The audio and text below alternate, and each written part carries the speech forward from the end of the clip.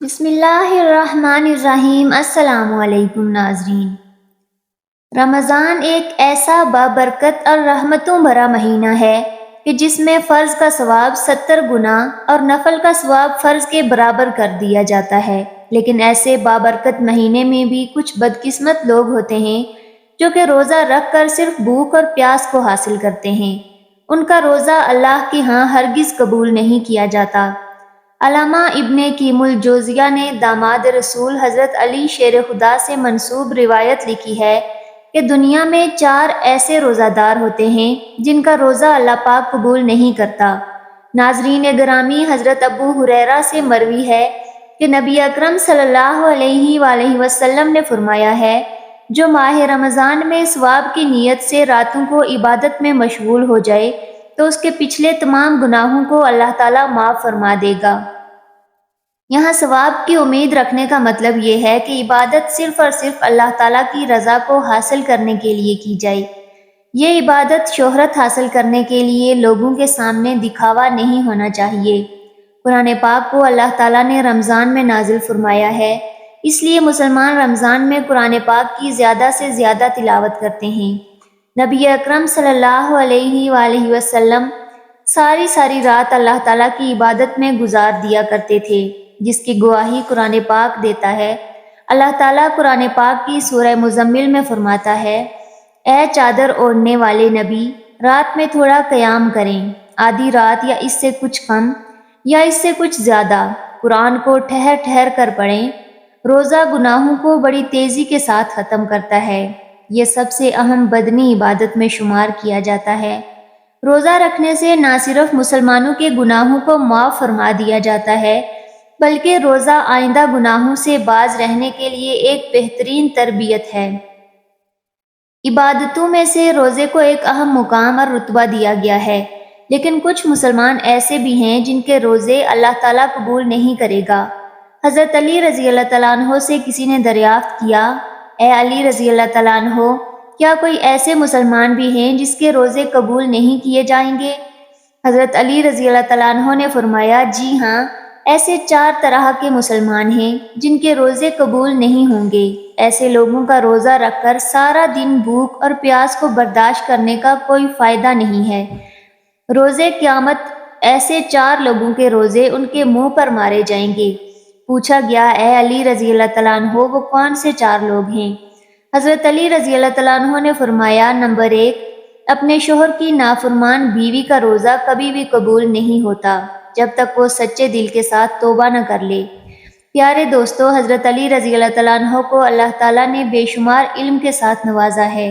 یہی وجہ ہے کہ رسول اکرم صلی اللہ علیہ وآلہ وسلم نے فرمایا کہ میں علم کا شہر ہوں اور شہر کا دروازہ ہیں۔ حضرت علی رضی اللہ تعالیٰ عنہ، چنانچہ حضرت علی رضی اللہ تعالیٰ عنہ نے فرمایا کہ جس عورت کا حامد اس سے ناراض ہے تو اس عورت کا روزہ قبول نہیں ہوگا، سارا دن بھوک اور پیاس کے علاوہ اس کو کچھ حاصل نہیں ہوگا۔ نافرمان بیوی کا روزہ اللہ تعالیٰ کے ہاں اس وقت تک قبول نہیں ہوتا ہے جب تک وہ سچے دل کے ساتھ توبہ نہ کر لے۔ قرآن پاک کی سورہ روم آیت نمبر 21، جس کا ترجمہ یوں ہے کہ اس کی نشانیوں میں سے ہے کہ تمہاری ہی جن سے بیویاں پیدا کی گئی ہیں تاکہ تم آرام پاؤ، اور اس نے تمہارے درمیان محبت اور ہمدردی قائم کر دی۔ یقیناً غور و فکر کرنے والوں کے لیے اس میں بہت زیادہ نشانیاں ہیں۔ قرآن پاک کی سورہ نساء آیت نمبر 23، جس کا ترجمہ یوں بیان کیا جاتا ہے کہ مرد عورت پر حاکم ہے، اس وجہ سے کہ اللہ تعالیٰ نے ایک دوسرے پر فضیلت دی ہے، اس وجہ سے مردوں نے مال خرچ کیے ہیں۔ نیک فرما بردار عورتیں خاوند کی غیر موجودگی میں حفاظت الہی نگہداشت رکھنے والیاں ہیں، اور جن عورتوں کی نافرمانی اور بد دماغی کا تم کو خوف ہوا، انہیں نصیحت کرو اور ان کو الگ بستر پر چھوڑ دو۔ اگر وہ باز نہ آئیں تو پھر ان کو مار کی سزا دو، اگر وہ تابعداری کریں تو ان پر راستہ تلاش نہ کرو، بے شک اللہ تعالیٰ بڑی بلند اور بلائی والا ہے۔ حضرت حسین ابن محسن رضی اللہ تعالیٰ عنہ سے مروی ہے کہ ان کی پھوپھی کسی ضرورت سے رسول اکرم صلی اللہ علیہ وآلہ وسلم کی بارگاہ میں آئی۔ جب وہ واپس جانے لگی تو نبی اکرم صلی اللہ علیہ وآلہ وسلم نے ان سے پوچھا کہ تمہارے شوہر کے ساتھ سلوک کیسا ہے؟ انہوں نے جواب دیتے ہوئے کہا کہ میں اس کی ہر ضروریات کو پورا کرتی ہوں، اپنی طرف سے تو کوئی شکایت کا موقع نہیں دیتی ہوں۔ نبی اکرم صلی اللہ علیہ وآلہ وسلم نے فرمایا، اپنے خاوند کا پورا خیال رکھا کرو، وہی تمہاری جنت اور جہنم ہے۔ اگر اس کے ساتھ اچھا سلوک کرو گی تو جنت میں جاؤ گی، اگر اس کے ساتھ بدسلوکی رکھو گی تو جہنم میں جاؤ گی۔ نبی اکرم صلی اللہ علیہ وآلہ وسلم کا فرمان ہے کہ جو عورت پانچوں نمازوں کی پابندی کرتی ہو، رمضان کے سارے روزے رکھتی ہو، اپنی شوہر کی خواہش کے مطابق رہتے ہوئے زندگی بسر کرے، تو اللہ تعالیٰ کی طرف سے ایسی عورت کو کھلی اجازت ہوگی کہ وہ جنت کے جس دروازے سے چاہے جنت میں داخل ہو سکتی ہے۔ ان کے علاوہ اور بھی کافی اللہ تعالیٰ کے ارشادات اور نبی اکرم صلی اللہ علیہ وآلہ وسلم کی احادیثوں میں ذکر ہے، جس میں ایک عورت کو اپنے شوہر کے ساتھ اچھا سلوک کرنے کی اہمیت بیان کی گئی ہے۔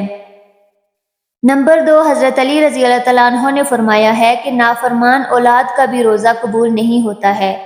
حضرت ابی بن مالک رضی اللہ تعالیٰ عنہ سے مروی ہے کہ رسول اکرم صلی اللہ علیہ وآلہ وسلم کا فرمان ہے کہ جس بندے نے اپنے والدین میں سے کسی ایک کو اپنی زندگی میں پایا ہو، اس کے باوجود بھی وہ جہنم میں چلا جائے تو اللہ تعالیٰ نے نافرمان اولاد کو اپنی رحمت و برکات سے بہت دور کر دیا۔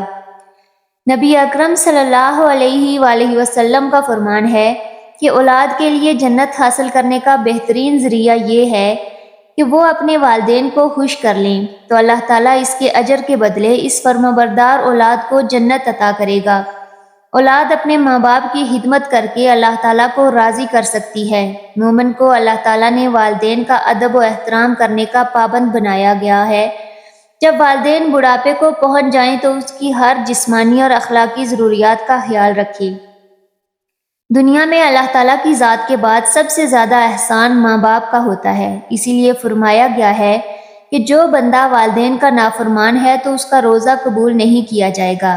نمبر 3، وہ غلام جو اپنے مالک کو چھوڑ کر بھاگ گیا ہو، جب تک وہ غلام اپنے مالک کے پاس نہیں آ جاتا ہے تب تک اللہ تعالیٰ اس غلام کے روزے کو قبول نہیں کرتا ہے۔ نمبر 4، حضرت علی رضی اللہ تعالیٰ عنہ کا فرمان ہے کہ جو بندہ اپنے امام کی اطاعت نہیں کرتا، اس کا نافرمان ہے تو اس کا روزہ بھی قابل قبول نہیں ہے۔ حضرت ابو ہریرہ سے مروی ہے کہ رسول اکرم صلی اللہ علیہ وآلہ وسلم کا فرمان ہے، جس نے میری اطاعت کی اس نے اللہ تعالیٰ کی اطاعت کی، جس نے میری نافرمانی کی اس نے اللہ تعالیٰ کی نافرمانی کی۔ قرآن پاک کی سورہ نساء میں اللہ تعالیٰ کا ارشاد ہے کہ رسول اکرم صلی اللہ علیہ وآلہ وسلم کی اطاعت کے بعد امام وقت کی اطاعت کے بارے میں یوں حکم ہے کہ اے ایمان والو، حکم مانو اللہ تعالیٰ کا اور حکم مانو رسول اکرم صلی اللہ علیہ وآلہ وسلم کا اور ان کا جو تم پر حکومت والے ہیں۔ قرآن مجید اور حدیث محمدی صلی اللہ علیہ وآلہ وسلم میں ہے کہ رسول اکرم صلی اللہ علیہ وآلہ وسلم کی اطاعت کے بعد تم پر امام جو حکومت کر رہا ہے اس کی اطاعت کرنا تم پر لازمی قرار دی گئی ہے۔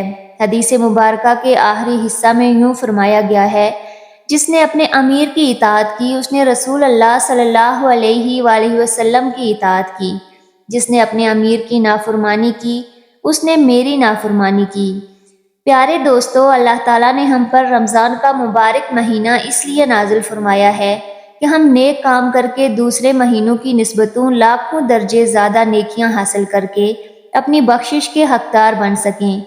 پیارے بھائیوں، ہم کو اپنے آپ پر غور کرنا چاہیے کہ ہم میں سے کسی میں یہ 4 باتیں تو نہیں پائی جاتی۔ اگر ہم میں کوئی ایک بات بھی موجود ہے تو ہم کو چاہیے کہ فوراً اللہ تعالیٰ سے سچے دل سے توبہ کریں تاکہ اللہ تعالیٰ کے ہاں ہمارا بھی روزہ قابل قبول ہو جائے۔